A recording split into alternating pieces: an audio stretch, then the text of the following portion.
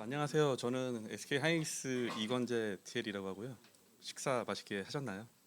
네. 제가 이맘때쯤 항상 너무 졸려가지고 스몰 톡을 한번 준비해 보려고 고민했는데 이게 유머 감각이라는 게 없어가지고 그냥 경험담만 오늘 아침에 느꼈던 것만 살짝 말씀드리고, 그거 저 발표 내용이랑 또 관련이 있거든요. 제가 여기 발표 장소가 코엑스라는 얘기를 듣고 코엑스를 너무 오래간만에 와가지고 무조건 삼성역이다. 그래가지고 삼성역으로 왔는데 여기 온 친구는 이게 보은사 여기 새로 생긴 걸 알고 이렇게 왔더라고요. 네네. 그래서 저희가 시스템을 구축할 때 항상 그 과거의 경험이나 관성처럼 시스템을 구축을 하는데요.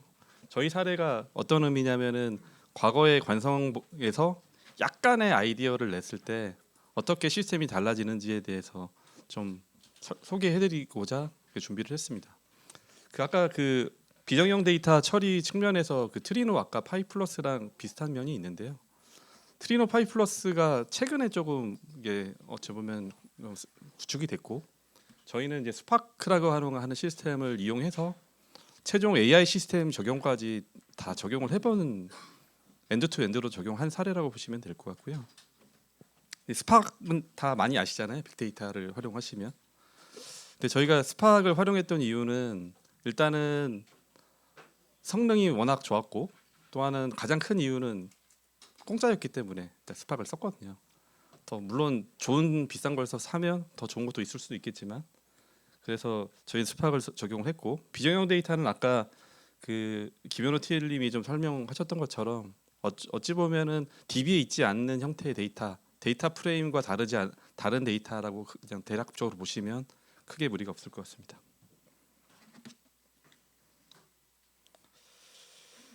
오늘 발표는 저랑 저희 옥주영 TL님이 발표를 해주실 예정인데요. 사실은 저 혼자 발표를 하려고 했었는데 옥주영 TL님이 저희 파트원이에요. 근데 이런 좀 발표 기회를 꼭 해주고 싶어가지고 어찌 보면은 좀 약간 반강제적으로 같이 참여를 시켰습니다. 그래서 좋은 추억이 될 거라고 생각을 하고 있습니다. 컨텐츠를 말씀을 드리자면은 총 7개 단계로 준비를 했는데요. 1번부터 3번까지는 저희가 그러니까 제가 담당하고 있는 시스템이 BI 시스템이랑 AI 시스템을 담당을 하고 있는데 거기에 비정형 데이터를 제공할 때 어떤 시행착오를 겪었는지 어떻게 실패를 했는지 실패담에 대한 것들을 설명을 드리는 거고 아마 여기 계신 분들이 아마 비슷하게 쓰고 계실 수도 있어요.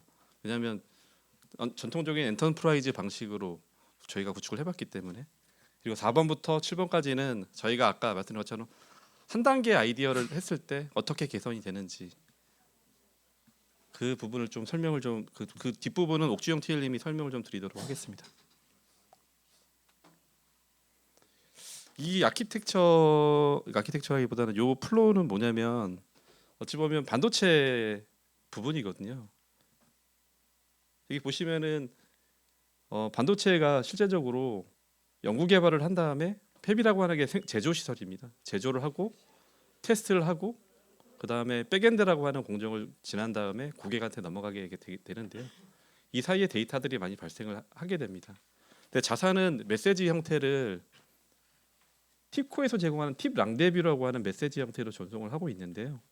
크게 봤을 때는 이 랑데뷰 형태의 데이터와 어찌보면 파일 데이터와 두 가지 형태로 보시더라도 그 반도체 데이터는 특별하게 뭐 이상이 없을 것 같습니다. 제가 전 직장에서 전 디스플레이 산업에 있다가 반도체로 조인을 했는데요.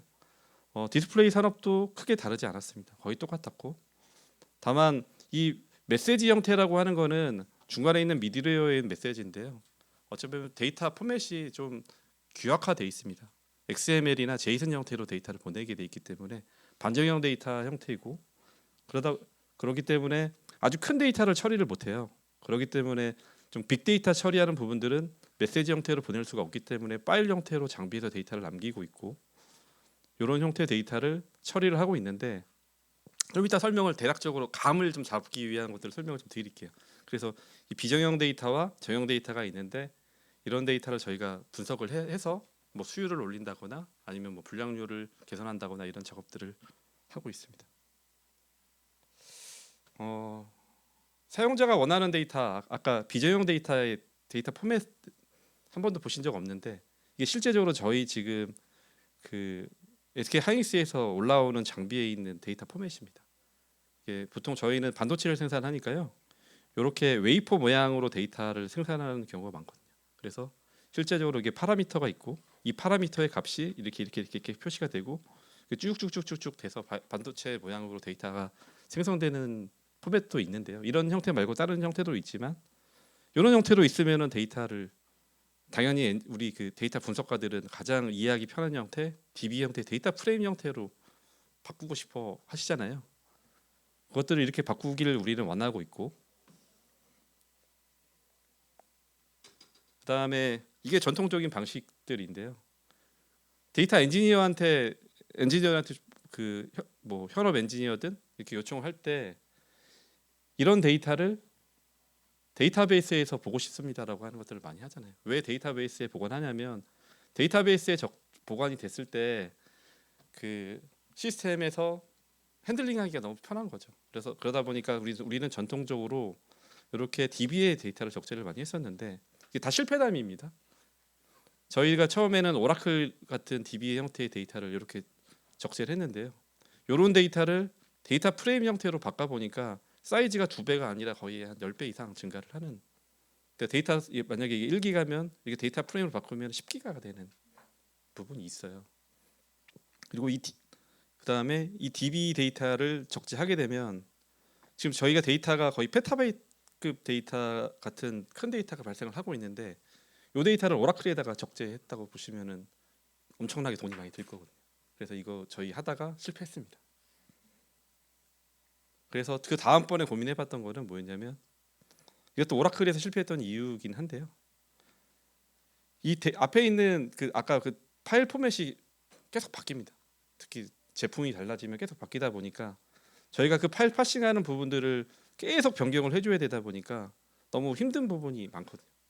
왜냐하면 처리하다가 파일 포맷이 조금 바뀌어서 파일 파싱 에러가 발생하고 이런 분들이 있어가지고 IT 관리 측면에서 너무 힘들어서 이 부분도 저희 되게 페인 포인트였습니다.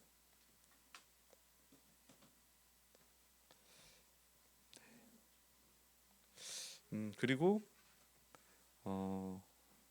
실제적으로 저희 DB에 넣어보니까요, 또 문제는 뭐냐면 열심히 코딩을 해도 이 DB에 적재되는 인설트 속도가 이 파일 파싱에서 던지는 속도를 감당을 못 해가지고 계속 여기 파일이 그 어찌 보면 펜딩 된다고 해야 되나요? 여기 계속 행잉되고 DB에 인설트되는 속도 때문에 데이터 처리가 계속 지연되는 문제가 좀 있었습니다. 그래서 결국에는 RDB에서 되게 처리하는 부분이 어려웠다 보시면 될 것 같고요. 그래서 저희가 지금 고민했던 게, 이제 보통 RDB 뭐 많이 쓰시잖아요. 뭐 오라클, 뭐 포스트레, 뭐 그린플럼, 뭐 DB2 이런 것들 많이 쓰시는데, 저희도 지금 많이 쓰고 있습니다. 많이 쓰고 있는데, 저희가 느끼기에는 이제는 한계가 왔다. 더 이상 RDBMS로는 이렇게 큰 빅데이터를 처리하기 어렵다고 생각을 했고요. 그래서 저희 뭐 다 아시는 내용이긴 한데, 저희 그 자사의 데이터 특징이 흔히 빅데이터가 뭐냐라고 정의할 때 3V 얘기를 많이 하잖아요. 3V 얘기를 많이 하시는데 3V 형태에 다 부합이 되는 부분이 있습니다.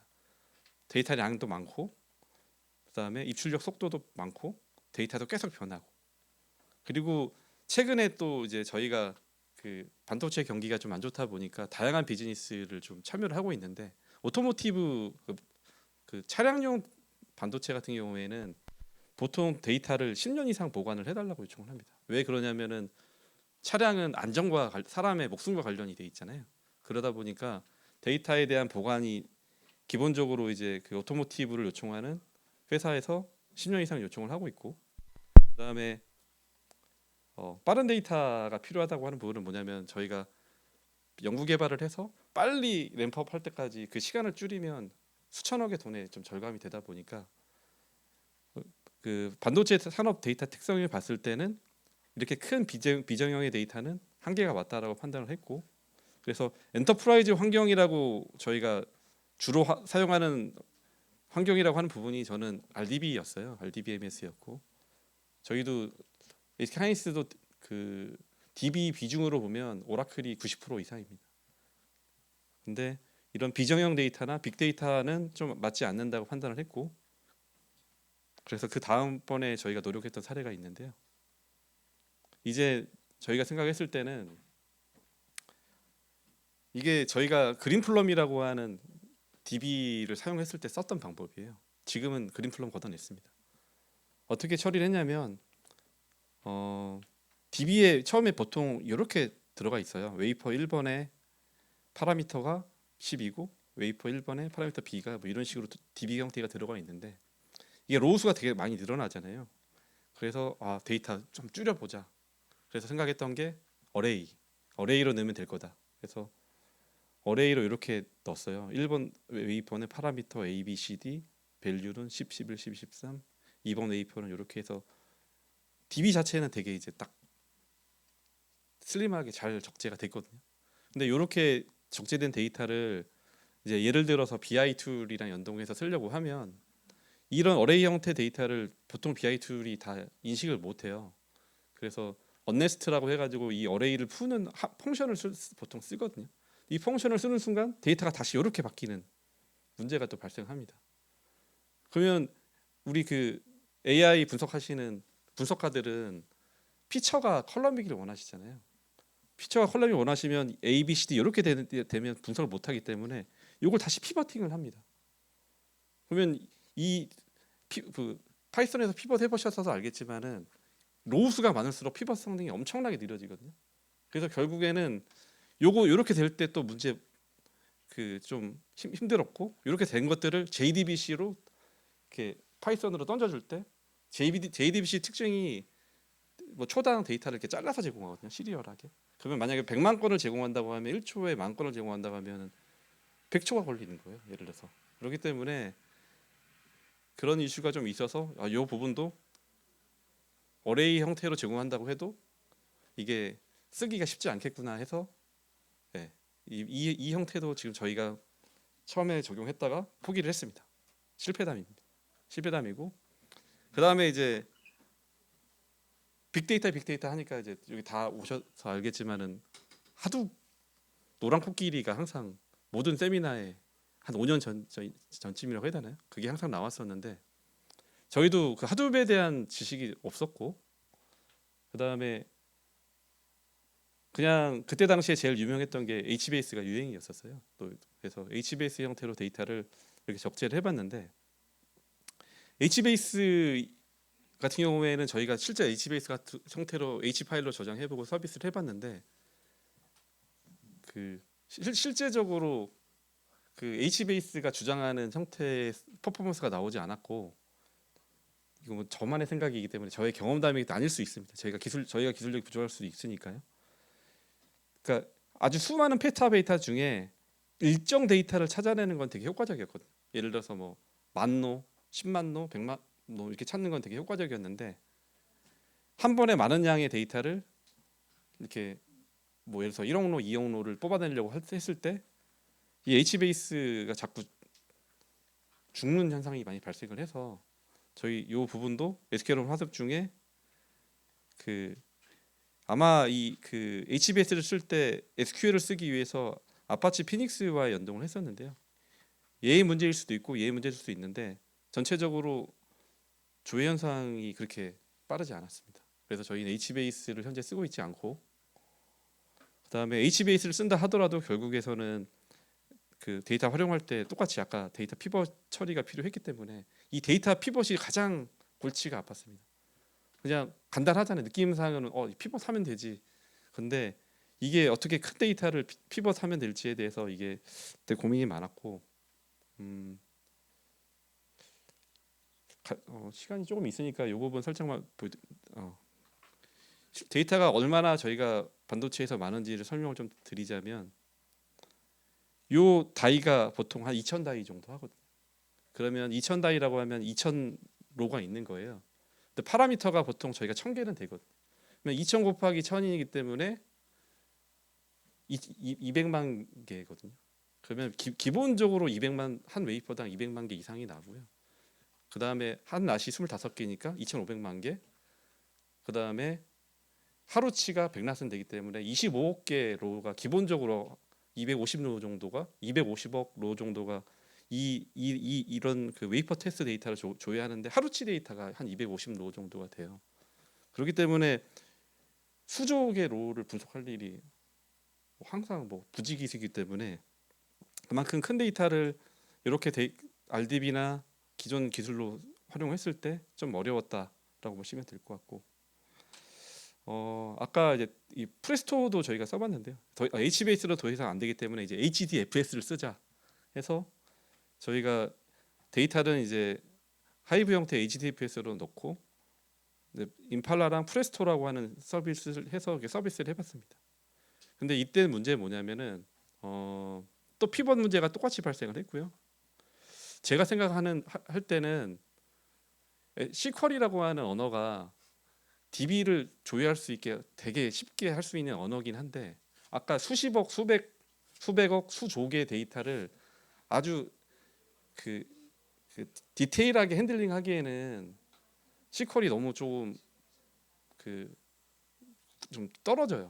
코딩 베이스로 데이터를 조회하는 게 훨씬 아이디어에 따라서 개선할 여지가 훨씬 많은데 대부분의 그 빅데이터 서비스들도 저희 임팔라 되게 많이 쓰는데 임팔라도조차도 SQL밖에 제공을 안 하기 때문에 SQL로 되게 고민을 많이 해서 짜면 SQL 코드가 만약 피벗 코드를 SQL로 짜면 SQL 줄 수가 한 5천 줄씩 나오거든요. 이런 좀 너무 비합리적인 문제가 많이 발생을 해서 저희가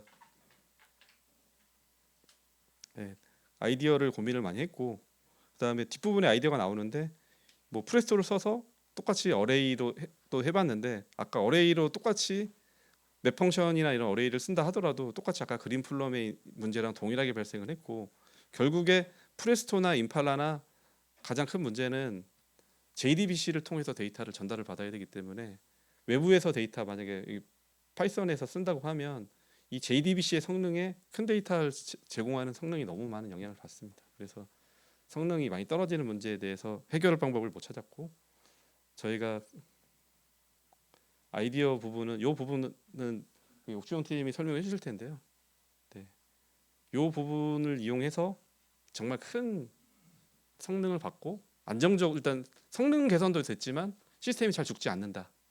그게 되게 큰 의미가 있었습니다. 그 기술적인 부분이 이제 뒤에 있을 텐데요. 스파크를 어떻게 짰는지 이런 것들이나 이런 것들이 있으니까 그거 옥주영 팀님이 설명해 주실 겁니다.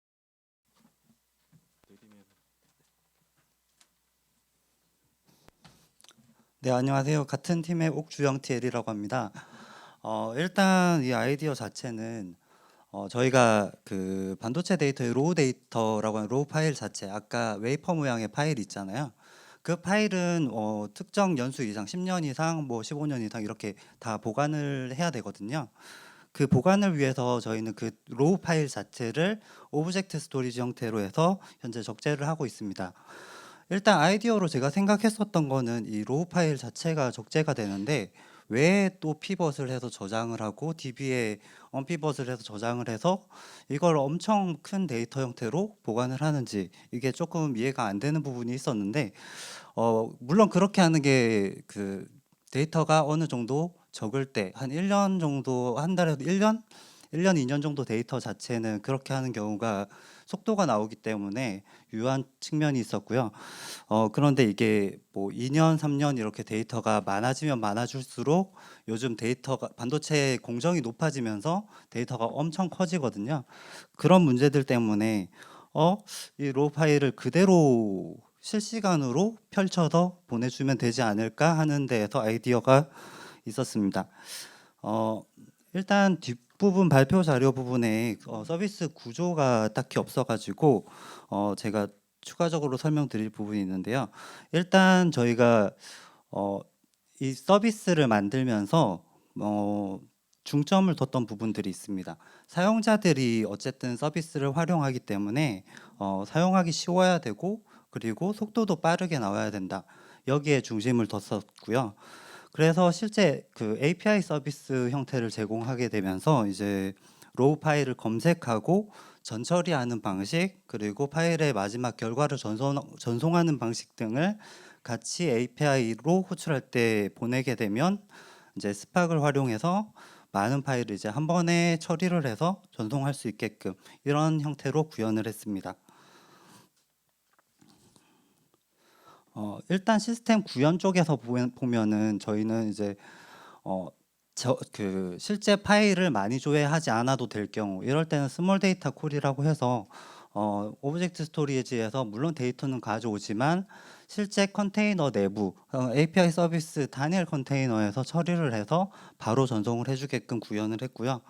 그리고 이제 대용량의 이제 많은 파일들을 조회해야 되는 경우에는 이제 쿠버네티스 클러스터 그 내부에서 스팍 워커들을 실시간으로 생성을 해서 처리를 하고 그리고 컨테이너를 없애는 방식으로 해서 구현을 완료했습니다. 이제 데이터가 많을 경우와 이제 적을 경우에 따라서 이렇게 나눔으로써 리소스의 한계 부분을 조금 극복할 수 있었던 것 같습니다. 실제 구현했던 코드 부분의 아주 일부분인데요. 여기에서는 이제 좀 전에 말씀드린 것처럼 단일 컨테이너 내부에서 처리할 수 있는 코드와 그리고 스팍 컨텍스트를 등록을 해서 실제 그 스팍으로 해서 처리할 수 있는 부분 두 가지 형태의 코드를 동시에 개발을 진행을 했었고요. 이러한 부분에 따라서 이제 그 데이터 조회하는 파일 개수에 따라 로직을 타도록 개발을 했습니다. 저희가 API 개발을 하면서 API 서비스를 어떤 걸로 할지 고민을 많이 했었는데 이게 API를 사용자에게 공개했을 때 문서화가 돼 있지 않으면은 사용자가 사용하기가 불편했었고 패스트 API라는 이제 파이썬 라이브러리를 통해서 개발을 했을 경우에 이제 그 약간의 주석 처리 등으로 해서 이제 사용법이나 이런 것들을 간단하게 사용자에게 알려줄 수 있었고요. 그래서 지금 패스트 API로 지금 구현한 화면 부분인데 특정 검색 결과 지금 윗부분에는 이제 그 검색할 파일을 검색하는 부분, 전 처리하는 부분이 있고 결과를 어떤 식으로 보내줄지 보내는 항목들이 있고 아래쪽에는 테스트하는 부분 여기까지가 패스트 API로 해서 확인해 볼 수 있는 부분입니다.